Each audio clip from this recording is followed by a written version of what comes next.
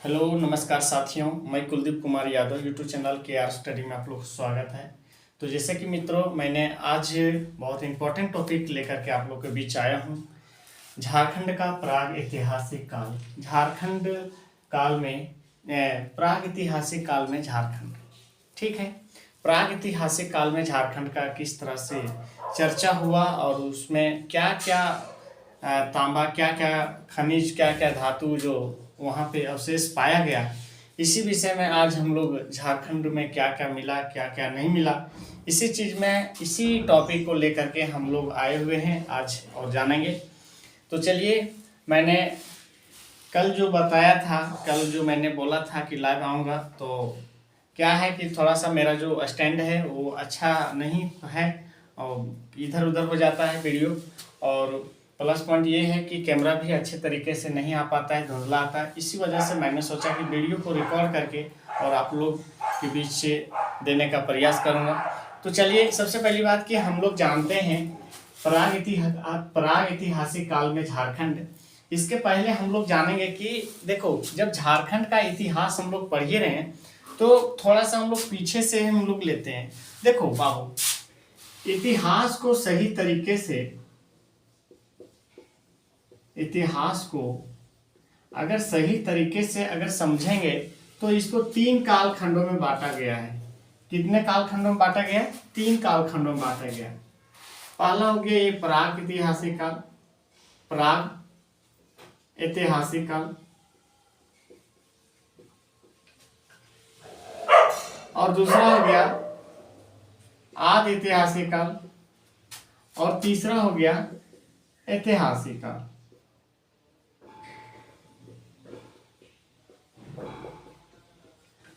ऐतिहासिक काल, ठीक है। तो देखो, ये तीनों हम लोग जो है सो तीन कालखंड हम लोग जान गए। अब देखो, इसमें क्या होता है कि प्राग आज हम लोग जो जानते हैं, सो ये जो झारखंड की जो आज हम लोग को पढ़ना है, ये पढ़ना है प्राग ऐतिहासिक काल, ठीक है। आदि ऐतिहासिक काल और ऐतिहासिक काल को अभी हम लोग को नहीं जानना है, ठीक है। तो हम लोग को जानना है क्या? प्राग ऐतिहासिक काल। देखो, प्राग ऐतिहासिक काल, इसमें क्या है कि इसमें आपका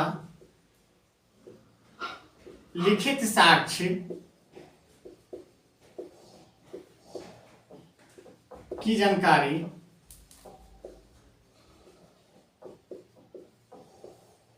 नहीं मिलता है, ठीक है। इसमें लिखित साक्ष्य की जानकारी नहीं मिलता है। और इसमें लिखित की जानकारी, लिखित साक्ष्य की जानकारी तो मिलता है, परंतु क्या, परंतु पढ़ा नहीं जा सकता है, पढ़ा नहीं जा सकता है, ठीक है। इसमें आदि ऐतिहासिक काल में लिखित जानकारी तो मिलता है, लिखित साक्ष्य तो मिलता है, परंतु क्या लिखा है ये जानकारी नहीं मिलता है, ठीक है। नहीं पढ़ पा, कोई पढ़ ही नहीं पा रहा है। मतलब एक प्रकार से जिस तरह डॉक्टर इधर इस तरह से नहीं रगड़ देता है, उसी तरह से इस, मतलब इतना, या तो बोलिए तो बहुत पढ़े लिखे लोग थे या तो बहुत बोका लोग थे इस ऐतिहासिक काल में, क्योंकि ना इसमें पढ़ने न तो कुछ पढ़ा जाता है, क्या लिखा है क्या नहीं लिखा है से कुछ पता ही नहीं चलता है। और इस काल में जो है, इसमें दोनों मिलता है, लिखित प्लस पढ़ा दोनों जा सकता है।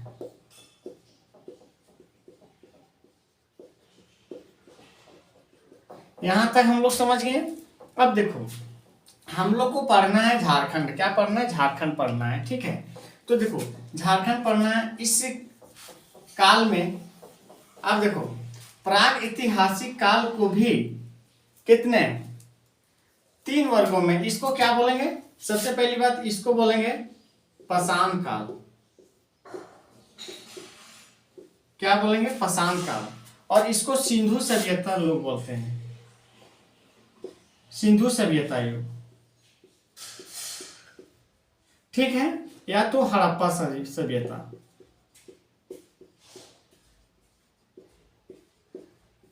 हड़प्पा सभ्यता या सिंधु सभ्यता। ठीक है, यहाँ तक हम लोग जान गए। अब देखो यहाँ तक कंप्लीट। अब देखो पाषाण काल, यानी कि यहाँ पे पत्थर वगैरह मिला होगा। पाषाण काल, पाषाण मतलब पत्थर वगैरह का अवशेष मिला होगा यहाँ पे हड़प्पा सिंधु सभ्यता, ये सब जो कंकाल वगैरह जो मिलता है ना, ये सारा इसमें मिला हुआ। अब देखो, अब इसको भी हम लोग 3 काल में बांटेंगे। देखो अगर बांटने में रहता है तो कोई भी चीजों को हम 3 खंड में बहुत आसानी तरीके से बांट सकते हैं। कोई भी चीजों को ले लो, अगर शिक्षा के क्षेत्र में अगर लेते हैं तो उसको भी हम तीनों खंड में 3 भागों में बांट सकते हैं। जैसे हो गया एक सबसे बहुत तेज तरार, एक मिडिल और एक हो गया सबसे लोअर, है ना। या कोई अगर हाइट में भी मापते हैं तो देखिए एक हो गया ऊंचा, एक हो गया मध्यम वर्ग और एक हो गया पूरा नीचे जो छोटा कहते हैं, है ना। तो कोई भी चीज को हम तीनों खंड में बहुत आराम से बहुत आसानी से बांट सकते हैं। तो चलिए आज इसी को हम लोग जानेंगे पाषाण काल। अब पाषाण काल में जो है सो फिर इसको बांटेंगे पूरा पाषाण काल, ठीक है। दूसरा हो गया मध्य पाषाण काल,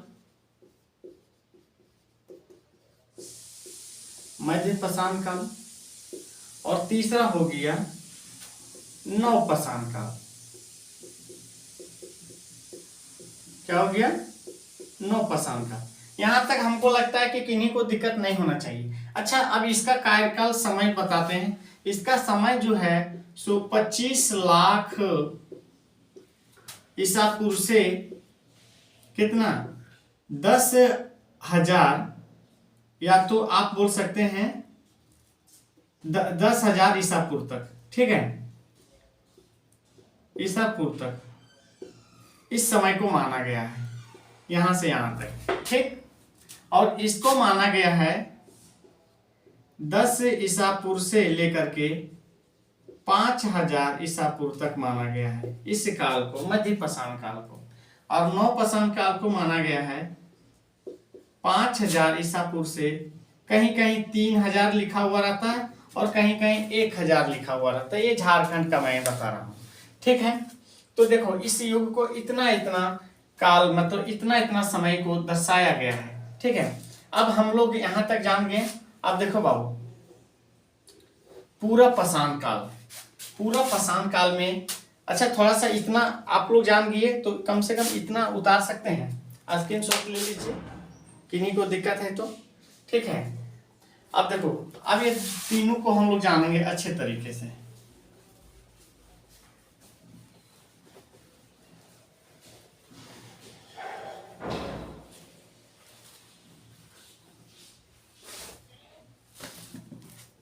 देखो पहला क्या बोला, पूरा पाषाण काल कितना से कितना बोले थे हम, 25 लाख ईसा पूर्व से कितना 10,000 ईसा पूर्व तक, ठीक। यहां तक समझ आ गया। और दूसरा हो गया आपका मध्य पाषाण काल।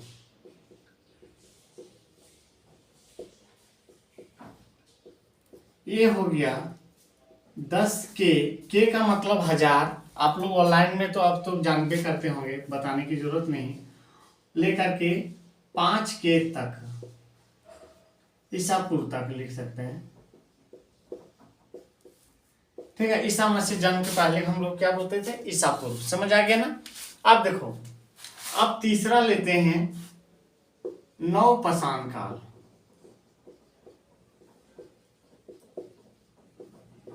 इसको 5,000 के से माना गया है, 3K या तो कहीं कहीं A1K भी दिया रहता है, 1,000 ईसा पूर्व तक, ठीक है। ये भी हम लोग जान गए। अब देखो बाबू, सबसे फर्स्ट की आप पूरा पाषाण काल में हम लोग फर्स्ट लेते हैं पूरा पाषाण काल। पूरा पाषाण काल को। ठीक है, देखो इसमें क्या क्या पाया गया है। तो पूरा पाषाण काल में आग की आविष्कार, आग की आविष्कार। ठीक, अब बोलते मनुष्य आखेट, या तो बोल सकते हैं हमको शिकार करना, है ना। व्यक्ति मनुष्य लोग क्या करते थे, शिकार ही करते थे। आखेट हो गया शिकार करना, और खाना बदोश, समझिएगा, खाना बदोश। ठीक है, और एक खाद्य संग्रह।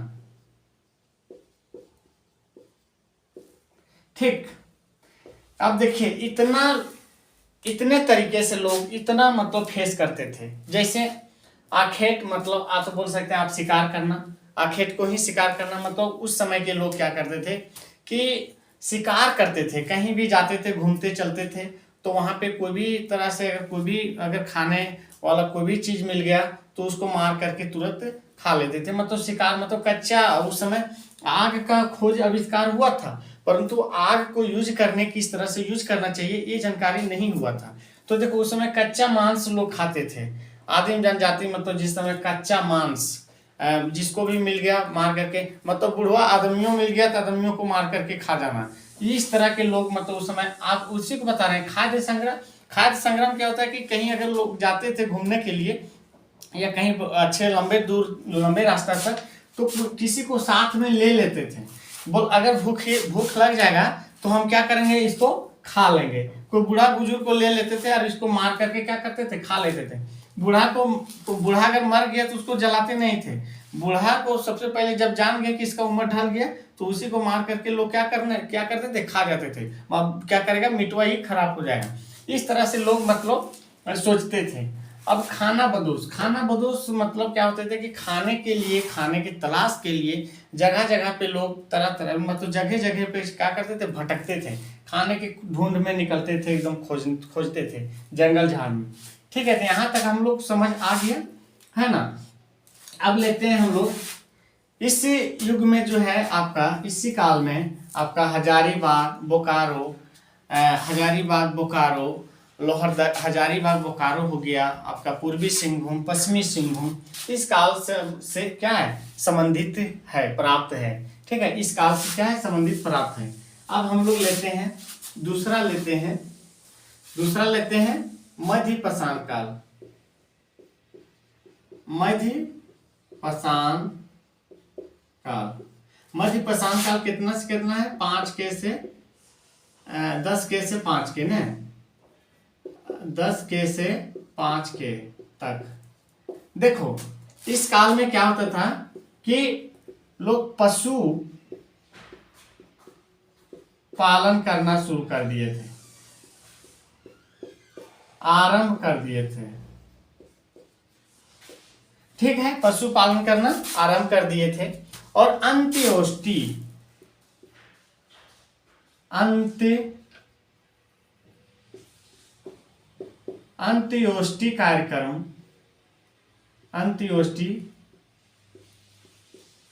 कार्यक्रम की शुरुआत किए थे।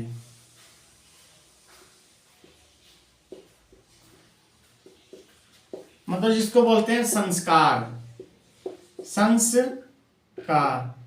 नहीं होता है कि आपके पास संस्कार नहीं है, का कहीं कोई चीज गलती कर दी, नहीं बोलता कि यहाँ पे संस्कार नहीं है।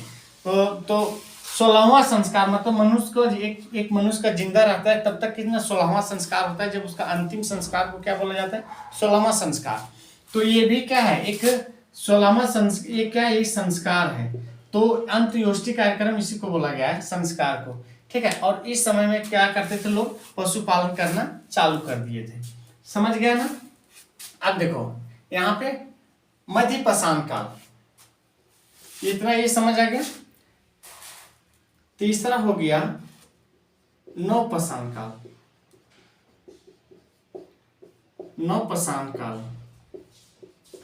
इस काल में लोग कृषि करना चालू कर दिए थे। कृषि करना क्या किए थे, चालू कर दिए थे, चालू कर दिए थे। ठीक है, कृषि करना चालू कर दिए थे इसी काल में लोग। और इस काल में लोग क्या किए थे कि आग का जो आविष्कार हुआ था, तो आग का प्रयोग करना, आग का प्रयोग करने लोग सीख गए थे। क्या हुआ था? सीख गए थे लोग। समझ आ गया ना? इस कालक्रम में, इस नवपाषाण काल में आग का प्रयोग करना लोग सीख गए थे। कृषि का आरंभ कर दिए थे। कृषि का आरंभ इसलिए कर दिए थे क्योंकि पहले के हम आप लोगों को बताइए किए कि लोग क्या करते थे कि कुछ भी कच्चा चीज उठा करके खा जाते थे, है ना। कुछ भी मिला, जड़ी बूटी, घास फूस, कुछ भी मिला, तो घास जब उखाड़ा तो अचानक मिल गया गाजर। अब गाजर मिल गया तो गाजर मिल गया तो कहीं ना, अब इसको हम रोपेंगे तो क्या होगा, बड़ा हो जाएगा तो और बढ़िया से हम लोग खाएंगे, ये दिमाग लगा करके फिर गाजर का रोपना चालू कर दिया, यानी कृषि का शुरुआत कर दिया, वहीं से चालू कर दिया। ठीक है, और फिर इसी युग में फिर लोग जब कृषि का जब चालू कर दिए, तो कृषि का चालू कर दिए तो अचानक तो वहां पे कृषि होगा, तो वहां पे ऐसा नहीं कि आप कृषि रोप दिए और फिर आप कहीं घूमने चल गए, ऐसा तो होता नहीं। चाहे आप दिल्ली चल गए, बम्बई चल गए और आपका कृषि यहाँ होगा, सो ऐसा बात नहीं। तो लोग यहाँ रहना फिर क्या कर दिए, प्रारंभ कर दिए। मतलब रहना या तो घर, आवास का इसी समय से प्रारंभ हो गया था। आवास का शुरुआत या प्रारंभ, जो भी लिख सकते हैं, ऐसा कोई बात नहीं है। आवास की प्रारंभ या तो आवास की शुरुआत, मतलब रहने लोग यहाँ पे क्या कर दिए थे, चालू कर दिए थे इसी काल में। ठीक है, यहाँ तक आप लोग को कोई दिक्कत नहीं होना चाहिए मेरे अनुसार से। अब देखो बाबू, नवपाषाण काल को ही क्या हुआ था कि 3 युग में फिर बांट दिया गया। नवपाषाण काल को ही फिर क्या हुआ, 3 युग में बांट दिया गया। अब उस युग को हम बताएंगे आप लोग को कि देखो, फिर थोड़ा सा इतना उतार लीजिए, फिर हम आप लोग को बताएंगे। यहां तक हो गया। अब देखो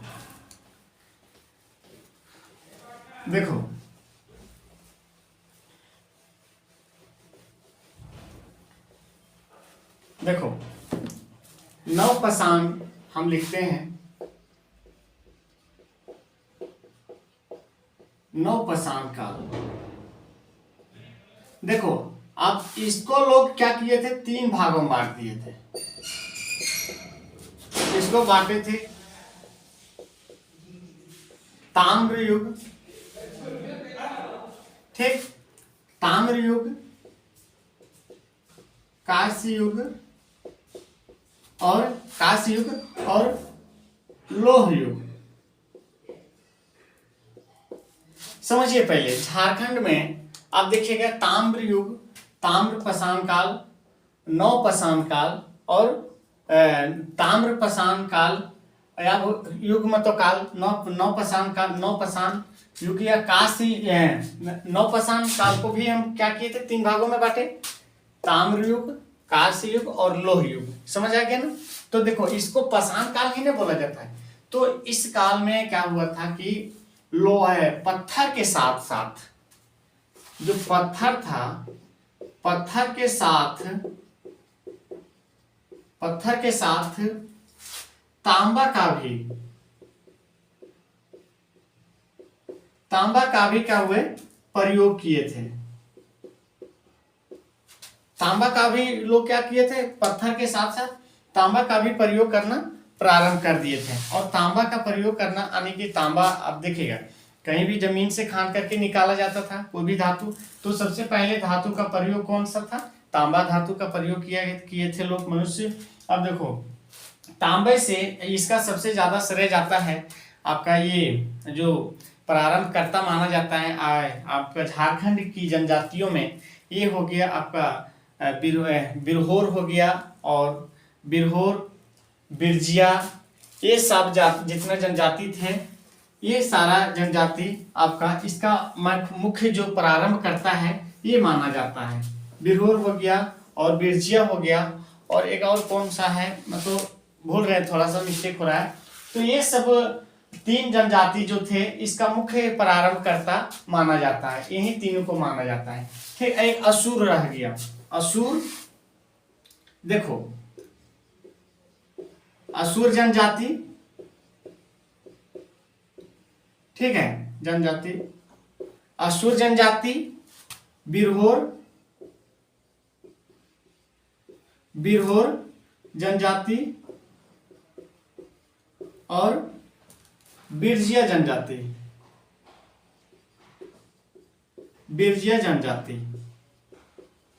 ठीक है, ये तीनों जनजाति को आप लोग ऐड कर लीजिएगा कि ये तीनों जनजाति जो था, ये तीनों का इसका मुख्य जो प्रारंभकर्ता माना जाता है,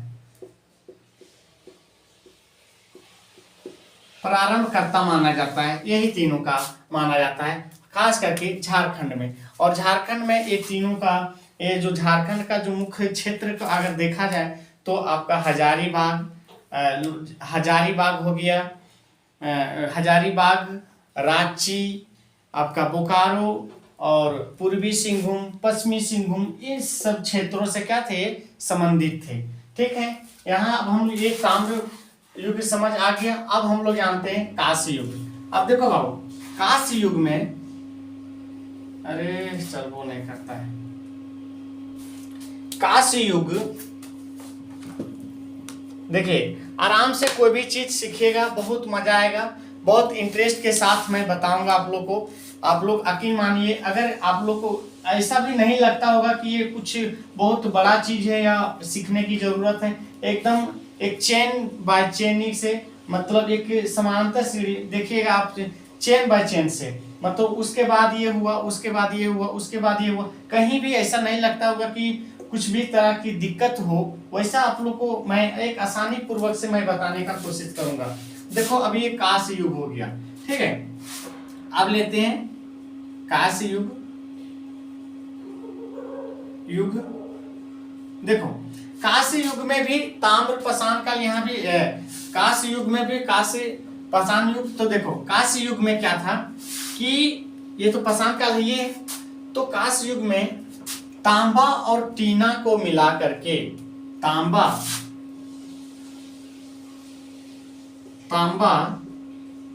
प्लस टीना को मिला करके और क्या करते थे, कांस्य का निर्माण करते थे, कांस्य का निर्माण, या कह सकते हैं कि प्रयोग करते थे।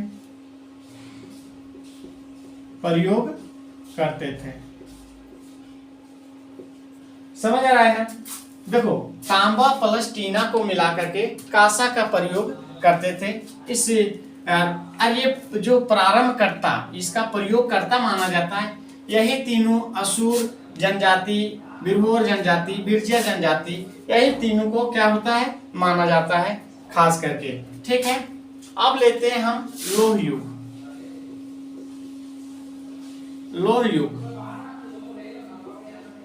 देखो बाबू, लोह युग में क्या था कि लोह युग में लोहा को प्रयोग करते थे, लोहा को प्रयोग करके अनेक प्रकार की आपका औजार जो बनाते थे, यही लोह युग में ही बनता था।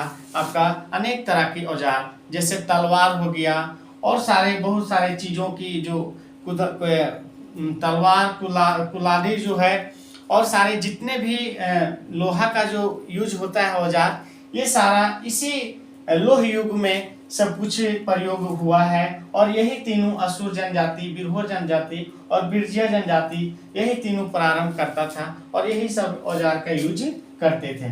तो चलिए हम लोग को यहाँ तक आज का क्लास जो है, सो यहाँ तक हम लोग आज का टॉपिक यहीं तक रहेगा। और मैं उम्मीद करता हूँ कि आप लोग को बहुत अच्छे तरीके से समझ आया होगा। इसमें कहीं भी आप लोग को ऐसा नहीं लगा होगा कि हमको नहीं समझ आया। तो चलिए मैं इस वीडियो के माध्यम से आप लोग को यह बताना चाहूँगा कि बहुत अच्छे तरीके से मैं बताऊंगा, और मेरे चैनल के माध्यम में आप लोग चैनल से जुड़े रहें। आप लोग को कहीं भी दिक्कत झारखंड को होने नहीं दूंगा और खोरठा को होने नहीं दूंगा। तो चलिए, अगर आप लोग मेरे चैनल में नए होंगे तो कृपया जुड़ने का कोशिश कीजिए और चैनल को लाइक और सब्सक्राइब और शेयर प्लीज जरूर कीजिए। ठीक है, इसी वजह से आज थोड़ा सा क्वालिटी कम की वजह से मैं लाइव नहीं आ पाऊँ, और नहीं आ पा रहा हूँ, इसके लिए मैं क्षमा प्रार्थी हूँ आप लोग के बीच में। तो चलिए अब मैं वीडियो को ज़्यादा लंबा नहीं करूँगा और मैं इतना ही कह करके मैं अपना वीडियो को अंत करना चाहूँगा। जय हिंद, जय भारत, मिलते हैं नेक्स्ट वीडियो में। Thank you.